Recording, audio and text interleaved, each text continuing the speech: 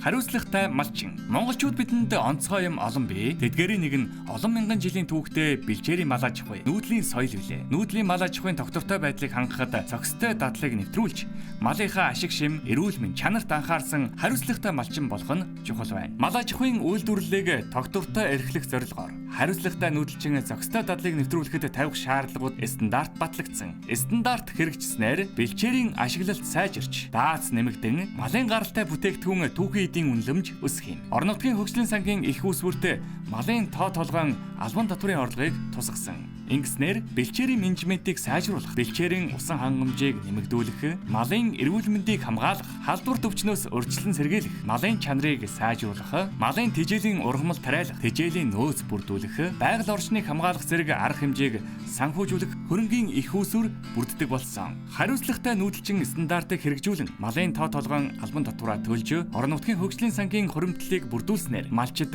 үр шимийг хүртэх боломжтой.